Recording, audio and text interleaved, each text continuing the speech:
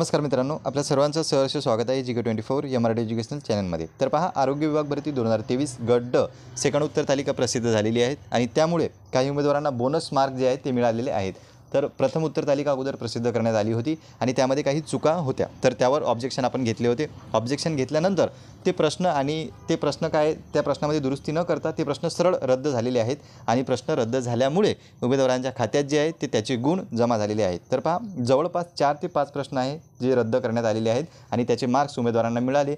त्या शिफ्टच्या सर्व उमेदवारांना ते मिळालेले आहेत, त्यामुळे सर्वांचे मार्क्स या ठिकाणी वाढलेले आहेत आणि त्याचा कट ऑफवर जो आहे तो काय परिणाम होऊ शकतो। तर पहा मित्रांनो, काल आपली आन्सर की जी आहे आरोग्य विभागाची ती प्रसिद्ध करण्यात आलेली आहे फायनल स्वरूपाची आणि तुम्ही तुमचा स्कोरसुद्धा चेक केलेला असेल। जर चेक केलेला नसेल तर लॉग इन करून तुम्ही तुमच्या प्रोफाईलमध्ये रिस्पॉन्स शीट जी आहे ती डाउनलोड करून घेऊ शकता। तर पहा, रिस्पॉन्स शीट अगोदर जी आहे ती प्रथम उत्तर तालिका प्रसिद्ध करण्यात आली होती, त्यावर आपण ऑब्जेक्शनसुद्धा घेतलेले होते। आता त्यामध्ये काय झालं, दुरुस्त करून ही सेकंड आन्सर की जी आहे ती प्रसिद्ध करण्यात आलेली आहे। तुम्ही या ठिकाणी पाहू शकता, हा जो प्रश्न आहे यावर ऑब्जेक्शन घेण्यात आलेलं होतं आणि या ठिकाणी काय केलेलं आहे त्यांनी, full mark is being awarded to all candidates, म्हणजे पहा, प्रश्न रद्द करून संपूर्ण उमेदवारांना या ठिकाणी गुण देण्यात आलेले आहे। म्हणजे ज्या प्रश्नात किंवा ज्या ऑप्शनमध्ये चूक होती त्या उमेदवारांना तो प्रश्न रद्द करून सर्व त्या शिफ्टच्या सर्व उमेदवारांना जे आहे ते मार्क अवॉर्ड करण्यात आलेले आहे, म्हणजे देण्यात आलेले आहे। तुम्ही पाहू शकता, एका प्रश्न पत्रिकेमध्ये आपल्याला 4 ते 5 चुका आढळून आलेल्या आहेत। 2 डिसेंबरची ही तिसरी शिफ्ट आहे, 2 डिसेंबर रोजी तिसऱ्या शिफ्टमधला हा क्वेश्चन पेपर आपण पाहत आहोत। तर यामध्ये पहा, आपल्याला विविध ठिकाणी जे आहेत ते मार्क्स अवॉर्ड झालेले म्हणजे दिलेले दिसतात।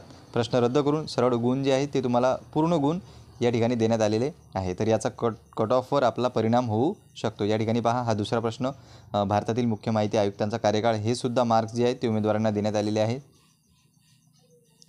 त्यानंतर पाहूया आपण, या ठिकाणी तुम्ही पाहू शकता की हा जो रिझनिंगचा प्रश्न आला होता सिटिंग अरेंजमेंटचा, तर यामध्येही मार्क्स जे आहेत ते देण्यात आलेले आहेत।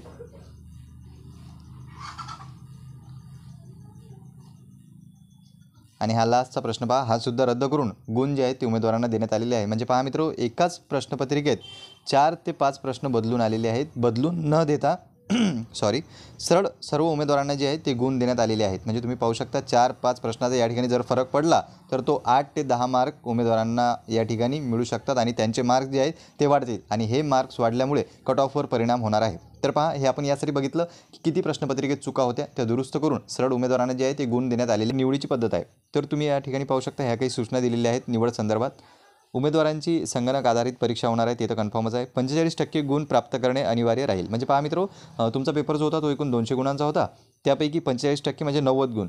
जर तुम्हाला 90 गुण मिळाले नाही तर तुम्ही मेरिट लिस्टमध्ये येऊनसुद्धा तुमचं सिलेक्शन त्या ठिकाणी होणार नाही। म्हणजे पहा, तुमच्या कॅटेगरीमध्ये तुम्ही 88 गुण घेऊन जर टॉपर जरी असले तरी तुमचं सिलेक्शन होणार नाही, कारण की मिनिमम 45% गरजेचे आहेत। त्यानंतर पहा, परीक्षेचा निकाल। तर पहा मित्रांनो, हा महिला ओपन कॅटेगरीचा कट ऑफ आपण 150 ते 156 या दरम्यान ठेवलेला आहे। तर कट ऑफ असाच लागेल असं नाही, यावरच आधारित राहील असं नाही, हा फक्त एक अंदाज आहे, हा फक्त एक प्रेडिक्शन आहे। यामुळे जो कट ऑफ येईल तो यापेक्षा वेगळा, कमी किंवा जास्तही असू शकतो। हे माझं वैयक्तिक मत आहे, तुम्हाला काय वाटते तुम्ही ते कमेंट बॉक्समध्ये बिंदासपणे लिहू शकता। त्यानंतर पहा, दुसरी कॅटेगरी पाहू आपण, महिला OBCमध्ये 146 ते 150 या दरम्यान कट ऑफ लागण्याची शक्यता आहे। त्यानंतर पहा, महिलामध्ये SC कॅटेगरी 138 ते 144 या दरम्यान कट ऑफ लागण्याची शक्यता आहे। त्यानंतर पहा, महिला ST 128 ते 134 या दरम्यान कट ऑफ लागण्याची शक्यता आहे। त्यानंतर पहा, महिला NT 138 ते 144। तर पहा मित्रो, महिला NTचा जो कट ऑफ आहे तो जवळपास पुरुषांच्या समानच असतो, थोडाफार कमी जास्त असतो। त्यामुळे आपण NT B C D असे विविध प्रवर्ग न पाडता 138 ते 144 या दरम्यान कट ऑफ लागण्याची शक्यता वर्तवली आहे। त्यानंतर पहा, महिला EWS 146 ते 150। त्यानंतर महिला SBC 144 ते 148। आता पहा, हे आलो आपण जनरल कॅटेगरीवर, म्हणजे सर्वसाधारणसाठी या ठिकाणी कट ऑफ सांगितलेला आहे ओपनचा 160 ते 166। तर पहा मित्रो, 80 प्रश्न ते 82 प्रश्नापर्यंत म्हणजे 84 प्रश्नापर्यंत तुमचा कट ऑफ जो आहे तो जाऊ शकतो। जर गुणाचा आपण विचार केला तर 160 ते 166 या दरम्यान ओपनचा कट ऑफ जो आहे तो जाऊ शकतो। त्यानंतर पहा, ST कॅटेगरीचा जो कट ऑफ आहे तो 144 ते 150 या दरम्यान लागण्याची शक्यता आहे। त्यानंतर पहा, SC कॅटेगरी 150 ते 156 या दरम्यान SC कॅटेगरीचा कट ऑफ हा लागू शकतो। त्यानंतर पहा, EWS 158 ते 162 या दरम्यान लागण्याची शक्यता आहे। त्यानंतर पहा, SBC 154 ते 158 या दरम्यान लागू शकतो। त्यानंतर पहा VJNT सुद्धा 152 ते 156 या दरम्यान लागू शकतो. आणि NT BCD तर डीचा कट ऑफ थोडासा 2-4 मार्क कमी होऊ शकतो, पण NT B आणि C कॅटेगरी जी आहे त्याचा कट ऑफ 154 ते 158 या दरम्यान लागण्याची शक्यता आहे.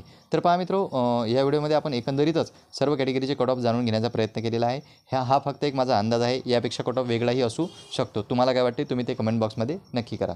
या ठिकाणी आपण थांबूया. धन्यवाद.